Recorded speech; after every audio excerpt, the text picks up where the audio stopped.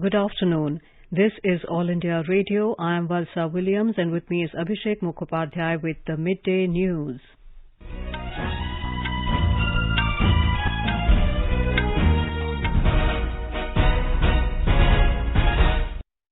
The headlines. Government restrictions on sugar exports come into effect from today.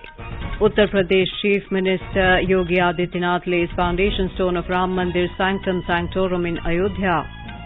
2-month-long mega COVID vaccination drive Har Ghar Dastak 2.0 campaign begins in the country.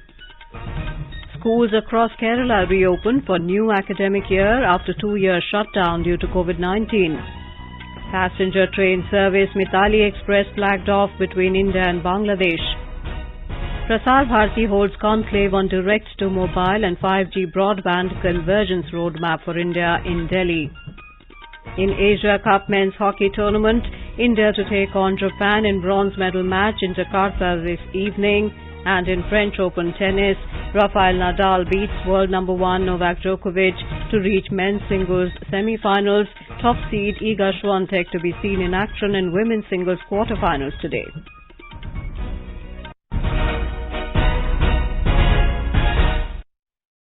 The government restrictions on sugar exports have come into effect starting today and will continue till the end of the festive season in October.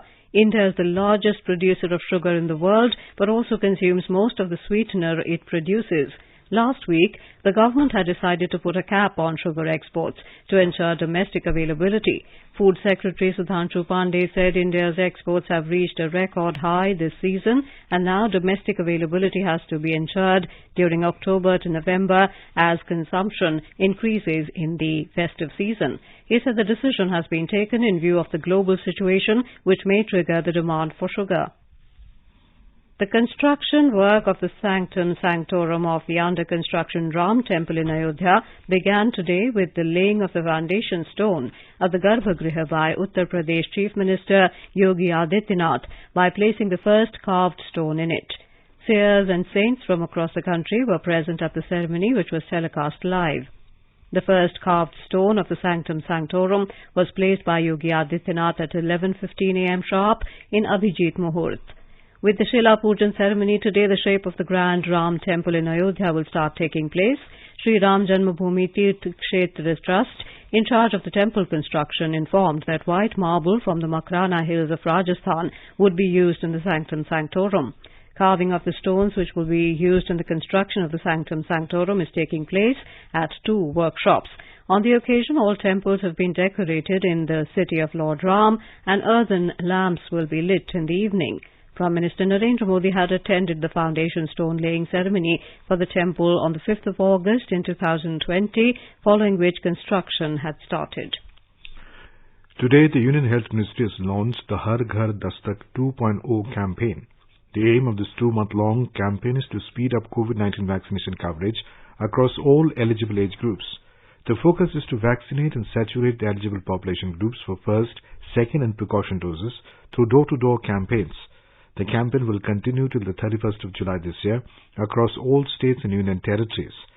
The Union Health Ministry said that COVID-19 vaccination of all beneficiaries due for the second dose and eligible for precaution dose would be emphasized through door-to-door vaccination drive. Vaccination coverage of children aged 12 to 18 years will also be undertaken through a school-based campaign. Emphasis will be given to focus campaigns in old age homes, schools, colleges, prisons and brick kilns, among others. The News Services Division of All India Radio will bring to you a special discussion on the topic Har Ghar Dastak 2.0 ki Shuruaat. Chairman of India's COVID-19 Working Group, N. K. Arora, will shed light on the nuances of the campaign. Talking to AI News, Mr. Arora said every Indian is proud that over 193 crore COVID vaccine doses have been administered in the country. It's a matter of great pride that Indians have so far received 193 crore doses of COVID vaccine. And we know that over the age of 18 years, almost 97% have received at least 1 dose and 88% have received 2 doses. Similarly, beginning this year, children and adolescents have also been offered the COVID vaccine. There has been 75% of children in this age group have received at least one dose. But what we see during last 6-8 weeks, the number of COVID cases have come down. They are around 2,000 to 3,000 per day. And many of us feel that COVID is gone, but that's not true. To listen to the program, stay tuned to FM Gold channel and additional frequencies from 9:15 p.m. onwards. This program will also be available on our YouTube channel, News on AIR Official, and our website, newsonair.gov.in. Over 193 crore 57 lakh COVID vaccine doses have been administered in the country so far under the nationwide vaccination drive. The Union Health Ministry said over 10 lakh 91,000 vaccine doses were administered yesterday. A total of 2,745 new COVID cases were recorded in the last 24 hours. India's active case load currently stands at 18,386. The recovery rate is currently at 98.74%, and a total of 2,236 COVID patients recovered in the last 24 hours. According to the ministry, 6 deaths were reported in the same period. Schools across Kerala reopened for the new academic year today after a 2-year shutdown due to COVID-19. Chief Minister Pinarayi Vijayan inaugurated the state-level Praveshanotsavam, the celebration of entry in school, at the Government Higher Secondary School at Karakuttam in Thiruvananthapuram this morning. Describing schools as centres of secularism, the Chief Minister said his government took several measures in the education sector during the pandemic period. State Education Minister V. Shivankutty said safety of students would be ensured. Praveshanotsavam was also held in other districts of the state. Nearly 43 lakh students, 1,80,000 teachers and close to 25,000 non-teaching staff are expected to reach schools on the reopening day today. Students and teachers have been advised to strictly follow COVID-19 protocols. Over 1,72,000 students were vaccinated against COVID in a special 3-day vaccination drive held for children last week. Service, good governance and welfare of the poor have been the mantras of Prime Minister Narendra Modi's work over the last 8 years. The Union government, under the leadership of Prime Minister Modi, has made several major efforts in the last 8 years to fulfill the objective of accessible, free and affordable health care to the people. These efforts helped the country to tackle the COVID-19 pandemic in a focused and efficient manner. A report. The revolutionary efforts made in the field of health during the last 8 years have not only augmented the existing health facilities, but are also developing a robust mechanism to meet the future health challenges. A huge network of COVID testing labs were set up, PPE kits started being manufactured, indigenous vaccines were developed. Apart from ensuring healthcare facilities, the government also left no stone unturned to ensure the well-being of common man by providing free food grains to more than 80 crore needy people under the Pradhan Mantri Garib Kalyan Anna Yojana during the COVID pandemic. Today, one of the world's largest COVID vaccination campaigns is being successfully conducted in the country. A steady decline has been observed in maternal mortality rate and infant mortality rate across the country. Sharing his views on these developments, Dr. Raman Kumar, Senior Medical Officer of Sadar Hospital in Munger district of Bihar says, हमारे देश में जो सरकार की स्वास्थ्य संबंधी योजनाएं हैं, बहुत तरह की सुविधाएं लोगों को मिल पा रही हैं। हमारे प्रधानमंत्री श्री मोदी जी की जो आयुष्मान भारत योजना PMJ के तहत गरीब मरीजों को लाभ मिल रहा है। इसके अलावा प्रधानमंत्री की जो सुरक्षित मातृत्व अभियान है, जो हर महीने के 9 तारीख को किया जाता है, जिसमें गर्भवती महिलाओं की जांच जो हमारी महिला चिकित्सक हैं वो कर रही हैं। इसके अलावा सुरक्षित मातृत्व आश्वासन सुमन एक योजना है, जिसके तहत भी माताओं का मृत्यु दर और बच्चों का मृत्यु दर घटाने का प्रयास किया जा रहा है। In the last 2 years, many people faced difficulties in their health, profession and livelihood due to COVID pandemic. During this period, many schemes were launched by the central government to help common man. Talking to AIR News, a beneficiary from Prayagraj, Shyam Mani Pandey, narrated his experience and praised the pandemic management of the central government.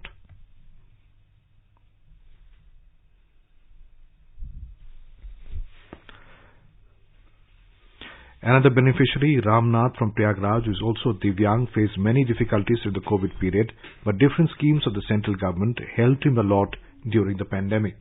सरकार की योजना आ गया, हमारा सुनवाई हो गया, हमको रहने के लिए पहले घर मिल गया और खाने के लिए हमको सरकार जो है कम से कम हमारे पास कारण नहीं था, कारण बाद में बना था, मगर हमको 5-6 साल जो है राशन फुल हमको दिया। उसके बाद जो कोरोना लगा था, कोरोना में हमको फ्री राशन मिला, फ्री भोजन भी मिला, हमको बहुत सुविधा मिला।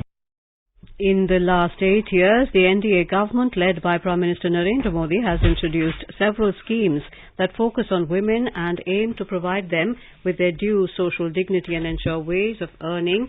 The government has taken revolutionary steps to bring equality at every level, empower women and uplift child education. Prime Minister Narendra Modi said the priority of the country is on improving the lives of women. He said the government is putting emphasis on lessening the difficulties of our mothers and sisters so as to ensure their full participation in the development journey of India.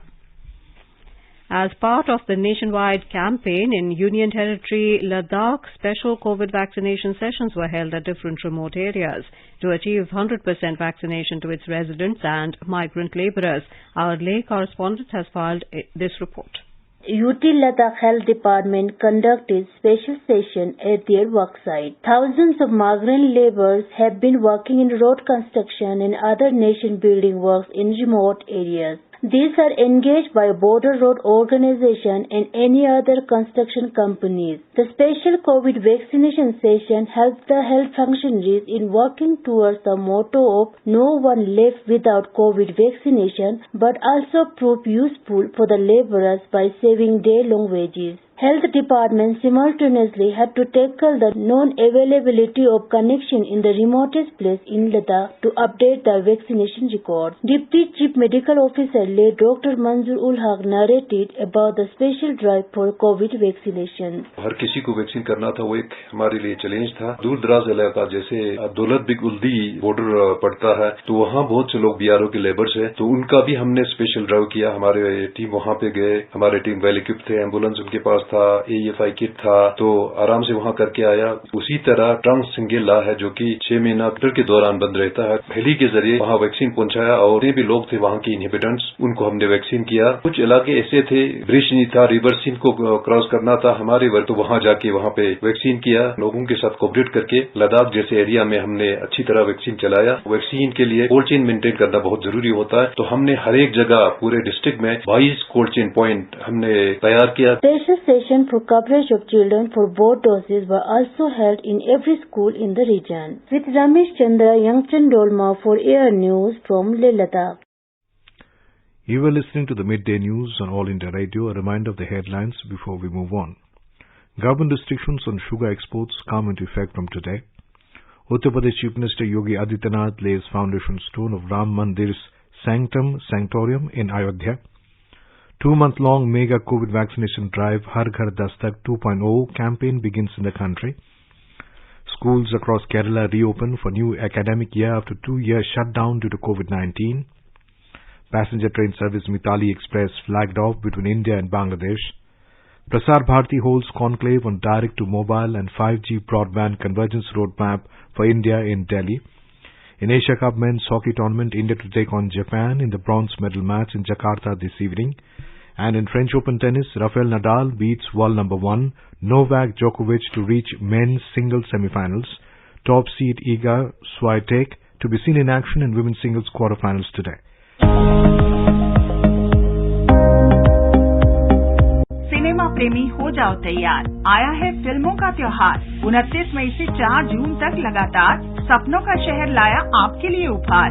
देखिए Mumbai international film festival online भी offline भी। पंजीकरण कराएं www.miff.in पर।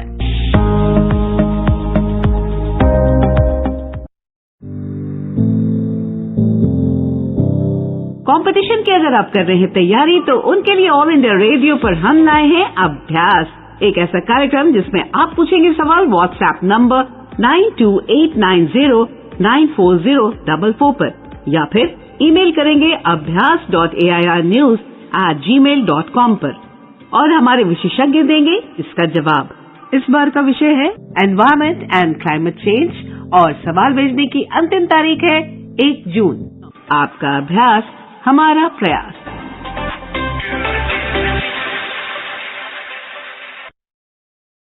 Welcome back to the Midday News. Railways Minister Ashwini Vaishnav and Bangladesh's Railway Minister Mohammad Noorul Islam Shujan flagged off Midday Express between New Jalpaiguri and Dhaka via video conferencing.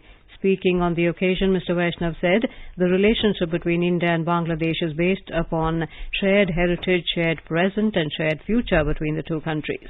The development of both the countries is accelerated today in a very big way by the warm friendship between the two nations at all levels.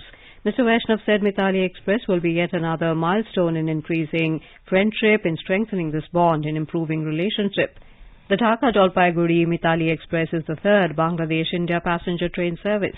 The train will use the Chilahati-Holdibadi rail link and will run from New Jalpaiguri in West Bengal, India, to Dhaka Cantonment Railway Station in Bangladesh, covering a distance of 513 kilometers.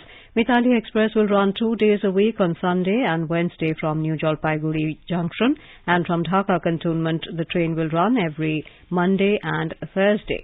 The non-stop passenger train with 10 compartments, Midday Express, was inaugurated by the Prime Ministers of both countries on March the 26th last year. Both the ministers said the commencement of the Midday Express will further flourish the relationship for trade and travel between the two neighbours, improving accessibility and connectivity. Information and Broadcasting Ministry Secretary Apurva Chandra today said the convergence between direct-to-mobile and 5G broadband will improve consumption of broadband and utilization of spectrum in India. He was speaking at a conclave on direct-to-mobile and 5G broadband convergence roadmap for India, organized by IIT Kanpur and Telecommunications Standards Development Society India at All India Radio in Delhi. He said India has one of the largest mobile data numbers in the world. In India, we are a very large consumer of data, and this convergence is going to improve how the broadband is being consumed, and from the perspective of the telecom operators, how the spectrum is being utilized. That is a very, very important national objective. We have one of the largest mobile data numbers in the world, 1.2 billion mobiles, of which almost 750 million are smartphones. And this internet traffic, of which 82% is video, this was not known to me. 1.1 million minutes of video every second, equivalent to 60 billion DVDs in a month. This is huge data, and I am sure that this must be consuming almost everything in our, whatever the broadband infrastructure we have created in 4G. Mr. Chandra said news can be seen on mobile through apps, and even Prasar Bharati has its own News on AIR app, which has a large consumer base. The conclave, organized by Prasar Bharati, was attended by CEO Shashi Shekhar Vempati and other senior officials of the Information and Broadcasting Ministry. Speaking at the event, Mr. Vempati said direct-to-mobile can put India ahead of the curve. He said consumers today want everything on a common device, and they do not want silos of hardware in their homes. Mr. Vempati said direct-to-mobile and broadcast and 5G broadband convergence has the potential to reach everyone during a crisis like COVID pandemic. The two-day National Education Ministers' Conference began at Gandhinagar in Gujarat today. Union Education Minister Dharmendra Pradhan inaugurated this conference, which is witnessing participation by other union ministers and education ministers of states and union territories. Speaking on this occasion, Union Education Minister Dharmendra Pradhan said deliberations during the two-day conference will help in implementing and enhancing the vision of National Education Policy 2020. Senior BJP leader and Union Minister Smriti Irani has hit out at the Aam Aadmi Party over Delhi Minister Satyendra Jain's arrest. Speaking to media, Ms. Irani questioned that is it true that Satyendra Jain himself declared in the Income Disclosures 2016 that he indulged in money laundering of 16.39 crore rupees. She said Ankush Jain and Vaibhav Jain became the channels for it. The BJP has demanded the resignation of Delhi Chief Minister Arvind Kejriwal and Health Minister Satyendra Jain, who was arrested by the Enforcement Directorate in a money laundering case. Yesterday, Delhi Chief Minister Arvind Kejriwal had said that the cases against Delhi Minister and AAP leader Satyendra Jain are fake, as he has personally studied the cases surrounding his cabinet colleague. Popular playback singer Krishna Kumar Kunnat, better known as KK, collapsed after a concert in Kolkata and was rushed to a private hospital in the city, where he was pronounced dead. He was 53. KK was introduced by A.R. Rahman in Tamil film Kadal Desham. He got his Bollywood break with the song Tadap Tadap Ke in the film Hum Dil De Chuke Sanam. Regarded as one of the most versatile singers in the music industry, he was known for innumerable popular hits such as Pal, Yaro, Hamdam Sunyo Re, Dil Ibadat, among others.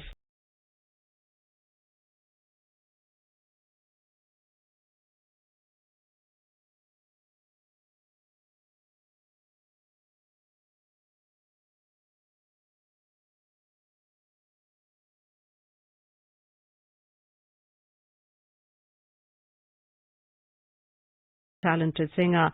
The entire nation, along with Bollywood, is in utter shock and disbelief over the sudden and untimely demise of the singer. More from our Mumbai correspondent. Noted Bollywood actors including Akshay Kumar, Ajay Devgan, Ranveer Singh, among others, also expressed their shock and grief over the news of the death of the singer. Actor Anupam Kher took to Twitter and shared a video of a song from his directorial venture Om Jai Jagdish while recalling working with late singer. Singers Sonu Nigam, Kumar Sanu, Shan, Shreya Ghoshal, Harshdeep Kaur, South Indian singer Chitra, along with singer-composer Annu Malik, Shankar Mahadevan and Pritam also expressed their shock and grief on social media. Eminent personalities from the sports fraternity, including former Indian cricketers Virendra Sehwag, Yuvraj Singh and VVS Lakshman, took to their respective social media handles to offer their deepest condolences to the late singer. Popularly known as KK, passed away yesterday in Kolkata at the age of 53. He was in Kolkata for a performance at the Nazrul Mancha. After his live performance, the singer reportedly fell ill in his hotel and was declared dead when brought to the hospital. KK made his debut as a Bollywood playback singer with Tarap Tarap from Dil De Chike Sanam. KK sang more than 500 songs in Hindi and more than 200 songs in Telugu, Bangla, Kannada and Malayalam languages. He had also received various honors, including 2 Screen Awards for Best Playback Singer, Male, Non-Film Music and many more. Devapriya Bhattacharjee, AIR News, Mumbai.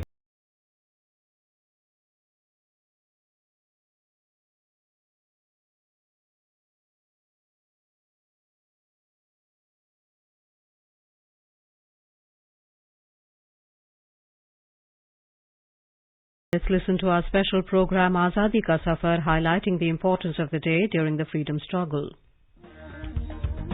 आजादी का Amrit Mahotsav.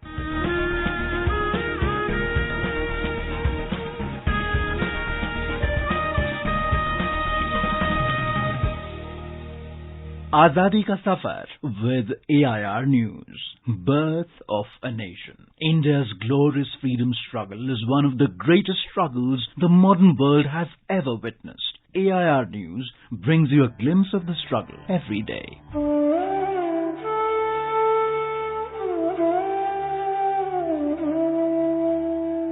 Today, we remember freedom fighter and former President of India, Neelam Sanjeeva Reddy. Born in present-day Anantapur district of Andhra Pradesh, Reddy completed his schooling at Adyar and joined the Government Arts College at Anantapur. Reddy plunged into the freedom struggle following Mahatma Gandhi's visit to Anantapur in July 1929. He left the college and joined the movement. He was closely associated with the Youth League and participated in Student Satyagraha. In 1938, Reddy was elected secretary of the Andhra Provincial Congress Committee.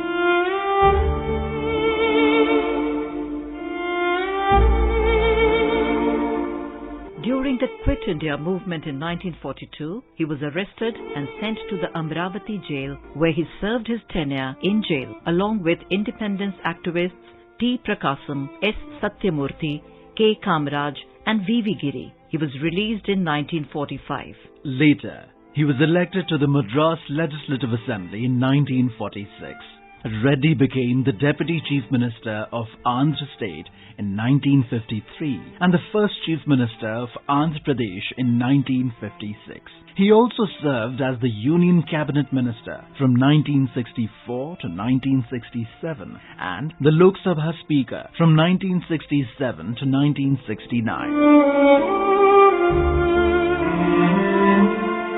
He was again elected to Parliament in 1977 when he served as the Speaker of the Lok Sabha, and 3 months later Neelam Sanjeeva Reddy was elected unopposed as the 6th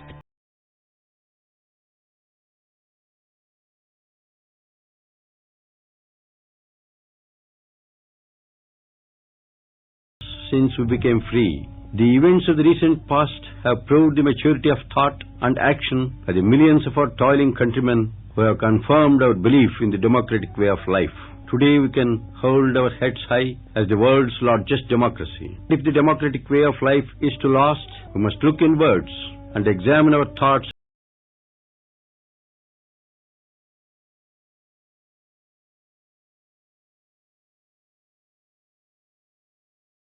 Heavenly Abode on 1st of June 1996. AIR News salutes the great nationalist.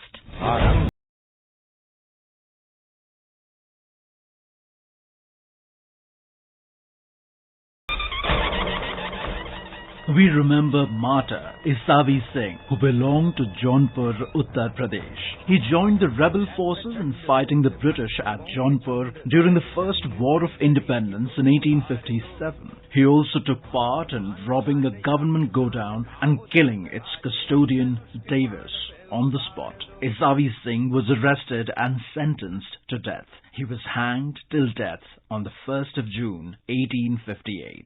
We salute the brave martyr, Isavi Singh.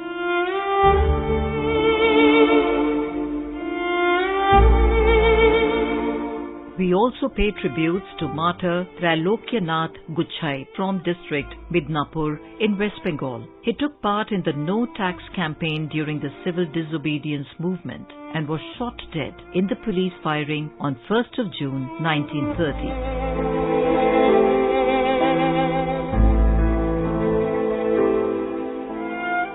1st June is also the day when Kartik Mishra died in 1930. Kartik hailed from a village, Serampur, in Bengal. He was a student when he participated in a satyagraha. On 1st June 1930, as the news of police loot and assault at Pratap Dighi during the salt satyagraha spread around, Kartik, along with 200 persons, gathered to protest against the atrocities. The police resorted to indiscriminate firing, killing 2 and wounding many. Kartik was killed in this shootout. We salute the brave son of the soil. That brings us to the end of this episode of Azadi Ka Safar with AIR News. See you in the next episode tomorrow.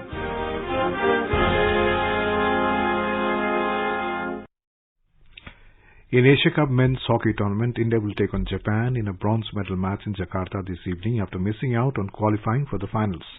The men in blue drew 4-4 with South Korea in the last round-robin league match of the Super 4 yesterday. The result saw Korea advance to the finals due to a superior goal difference, setting up summit clash with Malaysia today. In French Open tennis, Iga Swiatek and Andre Rublev will be in action in the singles quarterfinals today.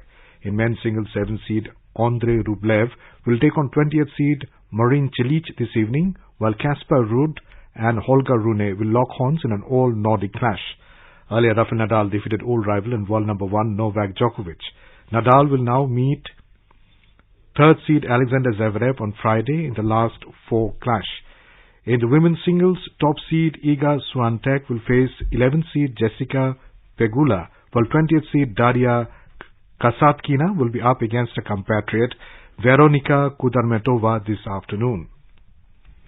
Now let us take a quick look at the weather update for the day. National capital Delhi is likely to have partly cloudy sky with possibility of development of thunder and lightning. Mumbai is likely to have a partly cloudy sky. Jammu is likely to have a mainly clear sky becoming partly cloudy towards afternoon or evening. Muzaffarabad is expected to have partly cloudy sky with 1 or 2 spells of rain or thunder showers.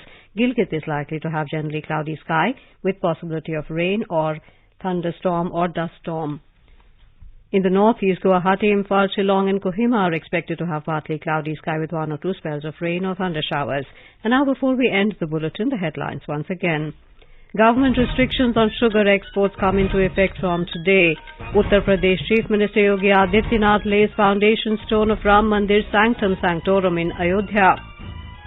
2-month-long mega COVID vaccination drive, Har Ghar Dastak 2.0 campaign begins in the country. Schools across Kerala reopened for new academic year after 2-year shutdown due to COVID-19. Passenger train service Mithali Express flagged off between India and Bangladesh. Prasar Bharati holds conclave on direct-to-mobile and 5G broadband convergence roadmap for India in Delhi. In Asia Cup Men's Hockey Tournament, India to take on Japan in bronze medal match in Jakarta this evening.